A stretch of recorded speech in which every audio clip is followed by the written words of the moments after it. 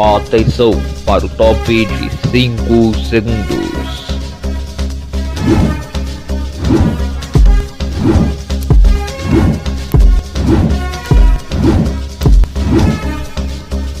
No ar, um campeão de audiência no seu ponto da notícia.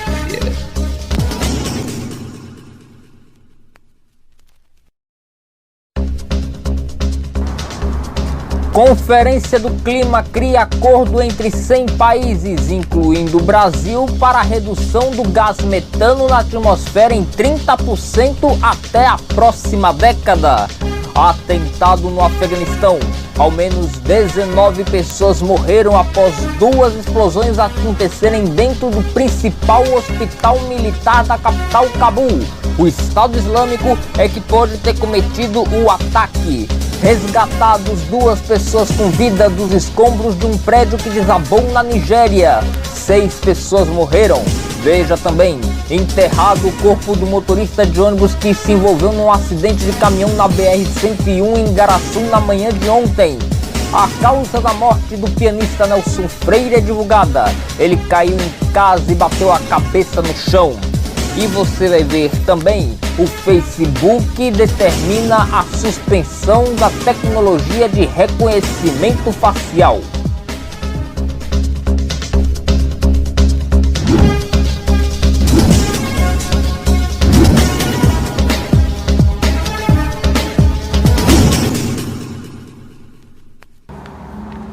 Boa noite para você. Saiu da Conferência do Clima de Glasgow um acordo entre 100 países para a redução de gás metano na atmosfera em 30% até 2030. Nesta lista de 100 países está o Brasil, que se comprometeu em reduzir a emissão do gás na atmosfera até daqui a 9 anos. E na Conferência do Clima o Brasil se destaca com apenas uma única pessoa, uma indígena de Roraima, que foi a única brasileira que discursou na Conferência do Clima. Ela defendeu os brasileiros e os indígenas, os brasileiros também, mas defendeu em específico, melhor especificamente falando, não somente os brasileiros em geral, defendeu seu povo, os demais povos indígenas e também a floresta amazônica. Tchai Suruí é uma ativista indígena que atua como influenciadora digital. Ela foi a única brasileira a discursar na COP26 em Roma. Seu discurso foi voltado no combate ao desmatamento na floresta amazônica, que, segundo ela, é fundamental para o clima global. A minha mensagem é exatamente que nunca alcançaremos justiça climática sem justiça social para os povos indígenas que estão na linha de frente da luta contra as mudanças climáticas. Eu espero muita responsabilidade, né, e que de fato a gente consiga agora agir, né, contra as emergências que já são eminentes, né? Não tem mais tempo, tem que ser agora. Então é isso que eu espero, muita responsabilidade deles com o nosso futuro. Seu discurso foi em inglês e representou todos os povos indígenas brasileiros, principais responsáveis por preservar as matas nativas, antes mesmo do Brasil ser descoberto em 1500. Os jovens como eu, os povos indígenas, querem justiça climática, justiça social, né? Querem a proteção dos nossos territórios, né?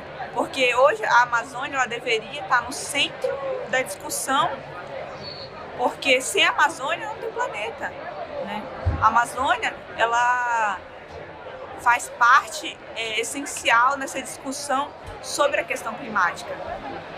E nós, povos indígenas, também, porque nós estamos lá lutando pela floresta. Enquanto a Conferência do Clima acontece em Glasgow, no Reino Unido, o presidente Jair Bolsonaro ficou na Itália e por lá está até agora. Gastando dinheiro público, viajando, fazendo viagens pela Itália, país, né, nativo da sua família, porém gasta dinheiro público fazendo viagens que não tem nenhum compromisso oficial, nenhum compromisso relevante para nós, a não ser para ele mesmo. Um atentado no Afeganistão aconteceu em um dos principais hospitais do país. O principal hospital militar de Cabul foi alvo de duas explosões e uma troca de tiros proveniente de terroristas que a grande suspeita é de que tenham sido do Estado Islâmico. A explosão ocorreu na parte interna do hospital, que possui 400 leitos. Em seguida, um ataque a tiros foi efetuado. Segundo a agência France Press, 19 pessoas morreram. A Reuters afirma que este número chega a 25. Os feridos somam mais de 50. Informações desencontradas apontam que uma segunda explosão ocorreu no local, mas sem maiores danos ou vítimas. Oficialmente, ninguém assumiu a autoria do ataque, mas a suspeita maior cai sobre o Estado Islâmico, que já realizou diversos ataques no Afeganistão desde que os talibãs retomaram o poder do país em meados de agosto. O último atentado foi em 3 de outubro. 2 pessoas foram resgatadas com vida dos escombros de um prédio de 21 andares que desabou em Lagos, na Nigéria. 6 pessoas morreram. Os trabalhos de resgate seguem no local. Ao menos 6 pessoas morreram e dezenas de pessoas ficaram feridas. Outras dezenas ainda seguem embaixo dos escombros. O presidente nigeriano pediu intensificação no socorro às vítimas soterradas. O desabamento aconteceu em Lagos ontem. A edificação tinha 21 andares e estava sob construção. O prédio ficava numa avenida famosa da capital econômica do país mais populoso da África. A causa do desastre segue desconhecida, mas a suspeita é de que a construção foi efetuada de modo irregular. Tragédias similares à de Lagos são comuns na Nigéria, uma vez que as leis de construção civil geralmente não são respeitadas. Uma assessora do pianista Nelson Freire, que morreu ontem no Rio de Janeiro, disse hoje que o artista morreu após cair em casa e bater a cabeça. O pianista tinha 77 anos e morreu ontem no Rio de Janeiro. Desde 2019 que ele estava com uma fratura no braço que o impedia de tocar piano. Ele caiu em Copacabana e este mesmo local segue com buracos. Nelson Freire foi velado no Teatro Municipal e sepultado agora há pouco, no final da tarde. A seguir, você vai ver: Yahoo deixa a China. Facebook determina a retirada da tecnologia de reconhecimento facial. E você vai ver também: é enterrado no Recife o motorista que se envolveu num acidente com um caminhão na BR-101 em Igaraçu. E agora há pouco veio a determinação da Atena vai trocar de partido. Voltamos já.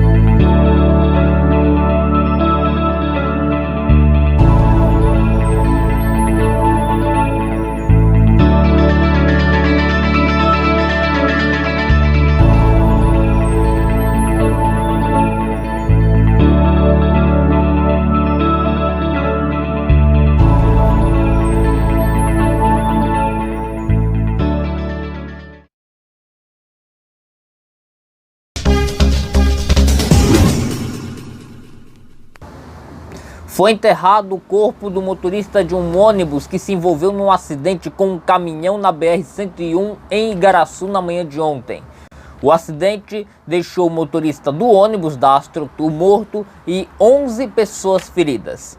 O caminhão deixou o ônibus parcialmente destruído e o veículo acabou caindo numa ribanceira. As causas do acidente estão sendo investigadas. A Yahoo anunciou hoje que está deixando de operar na China. O motivo da saída da Yahoo foi a falta de segurança econômica e jurídica no país. A empresa americana aumenta a lista de empresas ocidentais que deixaram de operar na China. A pressão chinesa no mercado digital vem aumentando devido à guerra tecnológica com os Estados Unidos. Em 2013, a Yahoo deixou de funcionar com seus serviços de mensagens na China e, de lá para cá, vinha diminuindo sua participação no país. E o Facebook anunciou a retirada da tecnologia de reconhecimento facial das suas redes sociais. A tecnologia era temida pelo fato dela ser facilmente usada por outras pessoas com más intenções. A decisão de retirada do reconhecimento facial foi devido à tecnologia estar passando por processos de ajustes que levem em consideração leis federais e regulamentos, de acordo com a empresa. O Facebook recentemente mudou seu nome como empresa-mãe para Meta. Essas são iniciativas de Mark Zuckerberg de trazer mais segurança e igualdade entre os usuários das redes sociais que preside, após inúmeros escândalos de racismo, violação de privacidade e até incitação política e ideológica. O apresentador José Luiz da Atena, que se filiou ao Partido Social Liberal, o PSL, anunciou ao partido que está deixando a sigla para ir para o PSD de Gilberto Kassab. A estratégia de Kassab é atrair da Atena ao partido para fortalecer a base política direitista de São Paulo, para atrair também o ex-governador de São Paulo, Geraldo Alckmin, o ex-governador tucano Geraldo Alckmin. Portanto, o apresentador da Rede Bandeirantes, José Luiz da Atena, já anunciou a sua saída do PSL para ir para o PSD. Vamos agora aos números da pandemia no Brasil. De acordo com dados do Conselho Nacional de Secretarias de Saúde em parceria com a CNN Brasil, nas últimas 24 horas o Brasil registrou 149 mortes e 6.431 casos de Covid-19. Ao todo, o Brasil tem 608.071 mortes e 21.821.124 diagnósticos positivos de Covid-19 desde o começo da crise pandêmica em nosso país. E agora há pouco terminou o jogo entre Atlético Paranaense e Flamengo. Num jogo emocionante no segundo tempo, a partida terminou com gols de Gabigol para o Flamengo, 2 gols de Gabigol para o Flamengo, e de Renato Kaiser e Bissoli para o Atlético Paranaense. A classificação mostra o seguinte: o Flamengo está na terceira colocação com 50 pontos, enquanto que o Atlético Paranaense aparece em 14º lugar com apenas 35 pontos conquistados. Bom, o Expresso Direto vai encerrando a edição de hoje, dizendo para vocês, fazendo uma reflexão sobre o dia de hoje. Hoje é dia de finados, dia que a gente geralmente reserva essa data para celebrar, né, se lembrar, né, e homenagear aqueles entes queridos, sejam parentes ou amigos, ou pessoas que estão dentro ou não do nosso círculo familiar, que nos deixaram em algum momento da vida. A data também reflete o seguinte, que nós precisamos sempre priorizar os prazeres de viver. Já que se vive uma vez, precisamos aproveitá-la antes que a nossa vez chegue e não consigamos aproveitar absolutamente nada. Em tempos em que a morte se faz cada vez mais presente em nossas vidas, com doenças, tragédias e até causas naturais, é preciso a gente ter essa consciência de aproveitar a vida, de valorizar a vida, de valorizar quem está do nosso lado, sempre, até porque o dia de amanhã só pertence a Deus. E queremos aproveitar cada momento juntos, porque o aproveitar do tempo é o agora, o amanhã é uma dádiva. Ou melhor, amanhã é uma incerteza. O hoje é que é uma dádiva. E é isso que precisamos ter em mente. Se nós podemos aproveitar agora, não vamos deixar para amanhã. Porque o amanhã, só Deus sabe o que vai acontecer. O Expresso volta amanhã, se Deus quiser. Uma boa noite.